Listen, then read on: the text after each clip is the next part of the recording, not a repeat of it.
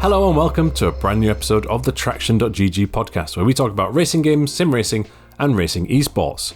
I'm Tom, and today we are going to be discussing EA SPORTS WRC, the first Electronic Arts and Codemasters official FIA World Rally Championship video game that's coming out later this year, on the 3rd of November, in fact, for PC, PS5 and Xbox Series S and X. It's all extremely exciting for me. Unreal Engine, an official new rally game from a developer that's known for creating excellent rally titles. So, to talk about it, we're going to speak to Ross Gowing, Senior Creative Director on the title, and also Jon Armstong, who's a rally driver and a game designer on the title. And Jon's a very good rally driver, ERC3 champion this season, no less. So, I'll cut to the chase. Let's speak to Ross and Jon. I'd just like to know, briefly, the origin story, so to speak. How did it come about, and how long has it been in development for, please? So straight after we had released the Colin McRae Flat Out pack for Dirt Rally 2, the team set hard at work to make more rally. We figured that was what we do best, so we'd keep doing it. And then at some point in that time, we secured the WRC license. And so we went, well, brilliant. This is now a WRC game. And then we're able to kind of start our journey working with WRC promoter, getting the kind of the wealth of reference and advice they bring to the table, and made that rallying that we were working on even better and more official. And now here we are 4 years later. Yeah, 4 years. Quite the journey, but we're close to release at last. That must be a relief. So I just want to touch upon, while you mentioned there, it's officially WRC licensed. In the couple of promotional videos so far, in the stages, you've got over 600 kilometers of stages, some of them up to about 30 kilometers in length, I believe. And I've seen the FAFE or FAF jump in Portugal and the peak of the Col de Turini in Monte Carlo. So I just wanted to ask about the stage design. Will there be stages that are sort of wholly identical to what's in WRC, or is it extremely accurate, but you're not going to get entire stages identical? So some stages are one-to-one kind of accurate recreations of the WRC stage. I say that, I'm sure there will be a pothole somewhere that there's not one, or things like that. But yeah, some are one-to-one. Some are a small number of countries. We've used a real road that hasn't necessarily popped up in a WRC calendar. So I think Portugal, example you cite, it's actually not the specific FAF jump. It's a real road that is quite close to that area of the country. That is one that we had started working on just before we landed the license, and we went, okay, well, we need to evoke this feeling of FAF without it not being actually FAF. So we used all of the kind of stage dressing reference to go, okay, let's make sure we've got everything specific to Portugal event organisers set up. But yes, it's actually a road down the road from FAF. Cool. Oh, but it's really pleasing to hear, and I was quite surprised that some stages will be one-to-one, as best as you can get it. I'm very much looking forward to seeing which those are in the fullness of time. And also, even if they're not the one-to-one, they're based on information from that area to give that feel. I understand now. That's very impressive given the number of kilometers, in my opinion. One of the reasons stated as to why you've moved to Unreal Engine, with still the handling system from prior dirts that have been evolved upon, has been the stage size and length, I believe. That's a big help using Unreal. How's the development been going on that technology basis so far? So Unreal's workflow and kind of tools that are provided has been an incredible change for the studio. And the fact that we can dedicate everybody to making the game rather than some people making the tools to make the game has really maximized the way we work. The other sort of thing that's been at play is because of the changeable seasons and changeable weather that come with every track. Unreal has made that a very straightforward process. And Jon, I don't know if you want to talk a little bit about how kind of the stage degradation stuff, we've been able to overlay that with the weather kind of in the editor working in Unreal. Yeah, I would say there's a lot of, as Ross touched upon, there's a lot of features that perhaps came off the back of just knowing that it would be a lot quicker to do now in Unreal than before, like seasons, and yeah, it's allowed us to rework things like Surface Deg. Now it's based on an actual recording of me or someone else driving down the stage, multiple different runs led over each other, so that you can get an actual racing line, which was something we struggled with how we implemented that in Dirt Rally 2. So yeah, it's things like that. Redesigning how we do things has been a lot easier to do in Unreal than previous before. So yeah, it's if we went to list everything that we've been able to improve, it would be a long list, I'm sure. Nice. And yeah, the stage recognition is something that you used before, but as you mentioned there, good to hear that it's a step forward again. I was going to also ask about previous generation consoles. This one isn't on them. Is it simply because of the large stage sizes that the old machines can't necessarily handle? Yeah, it is in large part down to that scale, and that we want those environments to always be in the player's hands at kind of top quality. I think if we'd have tried to have gone on to previous generation of consoles, I mean, our early investigations told us that maybe we could do it if every stage was like in the desert, but because we wanted to make sure that it was high quality, and representative of every location properly, that yeah, we've stuck to current generation hardware. That's fine by me. John, you might be able to talk about or touch upon the Pacenote system, if that's okay. Well, first of all, a couple of new co-drivers. Could you just talk me through who they are and how it was recorded, please? Yeah, we've got Jonathan Jackson as a male option in game. He is a co-driver for a driver in the Irish Tarmac Championship, Marion Evans, and he actually lives really close to the studio, which was one of the let's say his biggest selling points. But he's done an absolute cracking job in recording as well, and actually helping us implement the system. So we worked really closely with JJ, and then we've got Kirsty Riddick as a female option in English. And yeah, I think it's really nice to have both those options in there. And Kirsty came down from Scotland. She's got so much experience as well in rallying, that she had absolutely no problem getting into it's sort of it's strange for co-drivers to get into, let's say, a motion simulator, but try to read how they do in real life. But because they're being like chucked around, and you sort of get the feeling of the motion, that they very quickly get into reading the same way that they do in a real car. So yeah, she done a really good job as well. And the implementation, we've completely reworked how we do pace notes. It's nothing's the same from Dirt Rally. It's now based on the speed that you're going. It's sort of how far ahead the co-driver is reading, and then we have five different options for timing on top of that. So there's a lot of tunability for every type of player. But the good thing about it being based on the speed, it works for all driver types. It works for every type of car that we have, the slow ones, the fast ones. So it's been really nice to put that in, and I feel it's a big improvement over what we've done previously. And then on top of that, we have a simplified Pacenote system, which is, let's say, a bit more like retro rally games, and it's aimed at new players to sort of be easier to digest system. It strips out a lot of the more complex details, and then it's more of a descriptive, easy right, hard left, and it's been going down a real treat, to be honest, in the development studio. There's been a lot of people who have found that suits them better, so we just can't wait to get it now in the hands of the public and see what they think also. Yeah, it sounds like a really good step on, but I will reserve my judgment until I've tried it. But again, looking forward to testing it soon.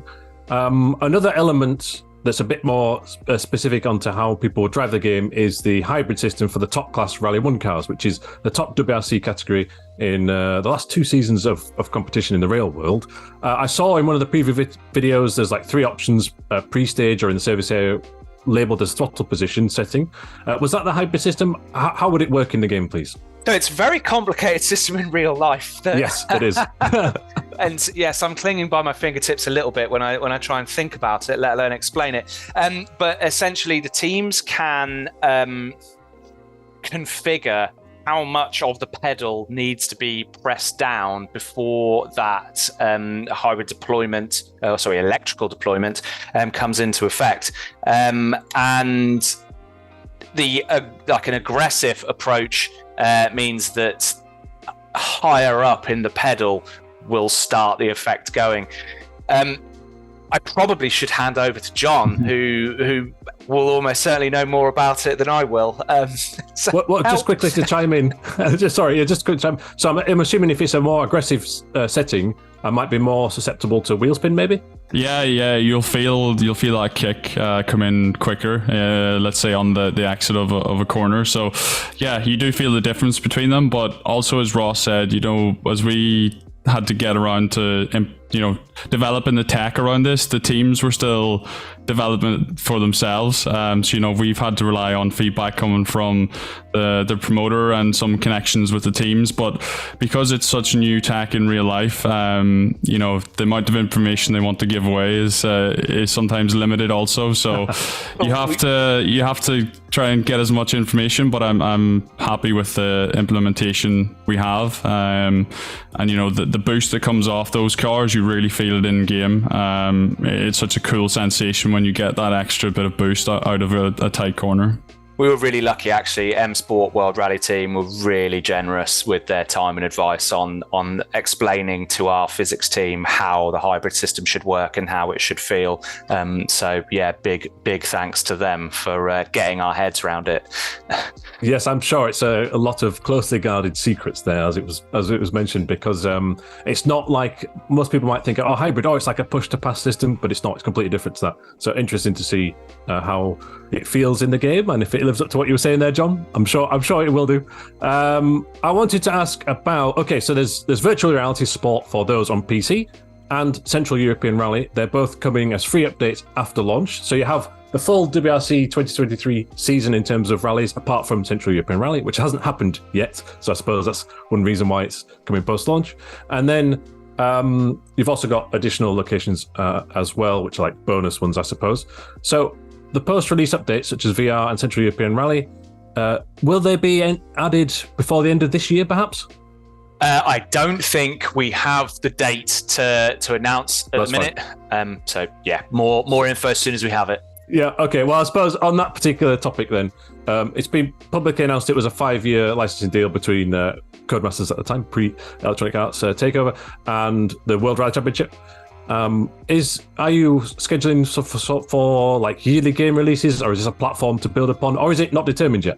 It's not determined yet, but the team are already hard at work looking at where we can, the things we know that we want to now take another step further. We also will, kind of twin that body of work and thinking with the feedback that we get from players as soon as this game's released. Business model not tied down yet, but team already hard at work on what the future holds. Yeah, it's a bit strange for me to ask something about the future when this first game's not out yet. I do apologise, but no. It's a bizarre thing for us to get our heads around as well. So you're not the only one. Don't worry. Yeah, because for example, there's normally like a year in a title for an esports game. So the car list has been released recently, and we did a video where it's like, we wonder if the car list will be released, teased over social media, and then it was just dropped, which was quite funny and pleasing actually. First of all, how were some of the classic cars selected? We had an enormous list of cars that people wanted to see, things that we hadn't seen in previous games or hadn't seen for a long time. The kind of the design team, the gameplay handling team, and the vehicle art team, we all put together our suggestions, and then I had to make the difficult decision of what went in and what didn't go in. And it's been great to see people's reactions to some of the ones we've announced in there. And I think also we've managed to bring in a whole bunch of vehicles that are attainable. People have owned a Citroen Saxo or a Vauxhall Nova or things like the road-going version of it, and now all of a sudden they can play the rally version of a car that they perhaps feel so familiar with. Has been a nice step for us. There's some real hidden gems in there for me. The Mitsubishi Galant or the Megane Maxi. Can't wait to try those. Galant is, you've got to be on your game to drive that. Make sure that you are transferring all of its weight around appropriately. That's something you really feel with that car, though. Like when you go from, let's say, a lighter Rally 2 car and go into the Galant, you can really feel that extra mass. And it's, every car's got such a unique feeling. So I think that's something that we stand out at, is that we have this big list of cars, but they don't all feel the same. They all have had a lot of research into their history, and the gameplay team do a really good job on making sure they're set up just how they should be. They all feel so unique. Last couple of questions on the cars. Speaking of big saloons or hatchbacks, any opportunity for a Skoda Octavia as DLC? Is that a bit strange to ask? I mean, no comment. Okay. You've got the Cordoba, you need the Octavia in my opinion. But looking forward to trying the Seat at least, and the Galant, and also the 2017 Volkswagen Polo, which never saw the light of day. Just quickly, first of all, with you, Ross, favourite car in the game, do you have one? It is too difficult to pick from them all. There is a special place in my heart for the Vauxhall Nova. That is my teenage years being played out in game right now. And how about you, John? I think, Ross might have slightly stolen mine there, because my first rally car was a Nova, but you know what I actually really like driving this time? I've been doing a bit of driving with it recently, is the RS200 from Group B 4-wheel drive. It handles so well, so I've really enjoyed driving that. But also the VW Polo or the 17 car that you just said was like a unicorn. That so reactive in game. It's punchy, but you can place it wherever you want. So I love driving that as well. And it's so cool that we have it in game, and it never seen the light of day really in real life. Volkswagen were really generous with the level of reference they gave us for that, and inviting members of our team over to do everything that needed to be done to get it in game. It is a nice little unicorn. We've even got a non-zebra livery on it. So I was going to ask, but I suppose I don't want to spoil it, but it's not in camouflage. It's got a Volkswagen livery on it, I guess. We have a I think it is an original creation based on what it was due to run in competition, but there was a few sort of licensing bits and bobs there. So it looks more like a competition livery than a test livery. Wonderful. Okay, well, I can't wait to see that. Okay, two things. Just I'd like to ask about the career and the physics quickly. So, so the physics are a dynamic handling system. Is that the correct name? That's what it's called. Yep. Yep. So this is an evolution from Dirt Rally stuff, but it's also enhanced. What are the main improvements, maybe for someone who's played the prior Dirt titles, to EA Sports WRC? So for returning players, then that tarmac overhaul will be the most noticeable thing, as well as a lot of work has been done on the kind of drivetrain inertia. And our sim players will love what the team have done there. For newer players, that's where we've done even more work. So dynamic handling system kind of refers to the ability to layer on a number of things that will help people come in and get up to speed. And one, easy thing to call out is our throttle clamping assist. So brand new players tend to get into the game, slam the pedal to the metal, and fall off into the first tree because the cars are so powerful, surface is so loose. But the changes we've made enable them to switch on this throttle clamping control, which will feed the power into the wheels, kind of appropriate to their experience level, and mean that they stand much better chance of keeping the car under control and getting the most out of rallying. I see. And just quickly, John, as a game designer, are you involved in the handling alongside Ryan Champion, I believe? Yeah, I get to help out the gameplay team on working on those improvements over what we had in Dirt Rally 2. As Ross said, the first one was to work on the tarmac handling, so that was a mixture of the tire model and also the force feedback, which has been improved also, and that's had a positive effect on the rest of the surfaces, on gravel and snow as well. So it's really cool to drop into those sessions, and whenever Ryan's in the studio, it's really cool to work with him. He has a big bank of knowledge from all these retro cars and historic cars that he has driven in real life. So with my more modern approach, let's say, and his knowledge of the historic, we have a really good mixture. And it's almost a bit like working with an engineer in real life, where they'll make a change to a certain area of the physics, and then we get to give it a go and give our feedback. And it's been really cool to do that. If nothing else, I expect all cars to be fun to drive, but the Rally 4 and Rally 3 cars should be perfect, John. No pressure. No pressure, yeah. So just quickly then, I'd just like to get an oversight of the career mode, and how would that work, please? So career mode allows the player to jump in at junior WRC level if they want to start small and work their way up, or they can go in WRC 2 or straight in at the top into the Premier class. You will create your own team and define its kind of visual identity, and then start process of hiring engineers.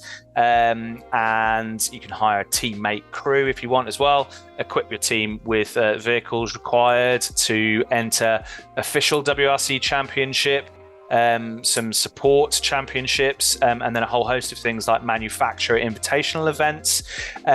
You can also use our builder mode in the career, so you can go in there and say, well, I want to be the 4th manufacturer in the Premier class, and so set about building your own Rally 1 car and use that throughout the season. You can play season after season after season. There's no end point other than I suppose if you won 10 world championships and became the greatest WRC driver of all time, maybe you'd stop then. And yeah, I think that's it in a nutshell. It's the biggest career we've ever built in a rally game. It's calendar driven, I can't wait for people to play it, because it's a bigger thing than we've ever done in our rally games before. Am I correct in thinking in between main calendar events there might be some things to do with the additional rally locations of classic cars, or is that saved for the moments mode?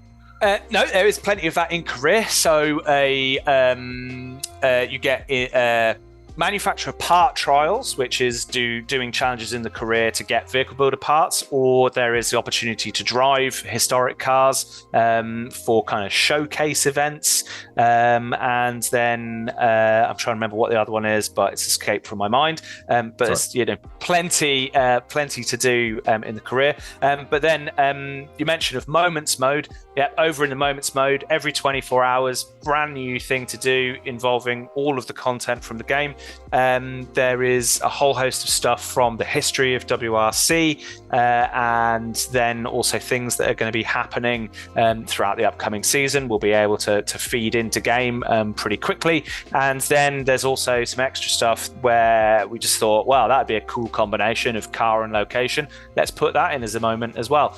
Each one is teed up by a kind of a 20 or 30 second video, which is a mixture of some like the cool combo ones using game footage, but the ones that are from real life or inspired by real life use footage from rally.tv, which is WRC's own video streaming platform, so you can see what happened in real life before giving it a go yourself. Oh yeah, looking forward to that one. Daily rally content. I'm here for it. So thank you both for your time. Just final things, I suppose, just really quickly, yes or no. Clubs return, right, but it's through the app system now? Yes. Wonderful. And website. Yep. Oh, on the website. Yep, that's great. And Rally Pass, is that operating for cosmetic only unlocks like Podium Pass does in the Formula 1 games? Correct. Cosmetics only, clothing and vehicle liveries. Wonderful. Okay, the game is out early November, but there's 3 days early access. Not even if you buy an extra edition, it's just standard edition. If you pre-order it, there's early access. Wonderful. Yes. Okay. Well, thank you both for your time. Very best of luck with the launch. Thanks very much, and great to see you again. Yeah, thanks. Thank you. What a pleasure it was to be joined by Ross and Jon there. Always appreciate their time, and any opportunity there is to speak about rallying, well, you can be sure I'm involved. Very much looking forward to EA Sports WRC in my personal opinion. If you're new to Rally though and you want to understand what the co-driver does, then we have a video for that on the TraxionGG website that explains all about Pacenotes and why they're important to use in a game of this sort. And if you're a purist, then we've compiled from EA's recent deep dive videos the best bits, the highlights that you need to know ahead of the game's release in a couple of TraxionGG website articles, and again we'll put a link to those in the YouTube or the podcast app description. Tap on those and we'll be able to find out our impressions so far. We'll reserve judgment for this game even though I'm looking forward to it. We have not played the final version. We're expecting to have a full review though ahead of its launch on the 3rd of November. And final point is, ahead of its release, we'd like to know your feedback, what you're anticipated about, what you're concerned over, what you'd like to know more about. Please do let us know in the YouTube or website comments, and then we'll hopefully be able to answer them directly or pass them on to the developers ahead of its launch. That's it for now. If you'd really like to hear more game developer interviews like this, or more coverage on EA Sports WRC, it really means the world if you could subscribe on YouTube or follow or subscribe on Apple Podcasts and Spotify. That's it for now. Keep it pinned.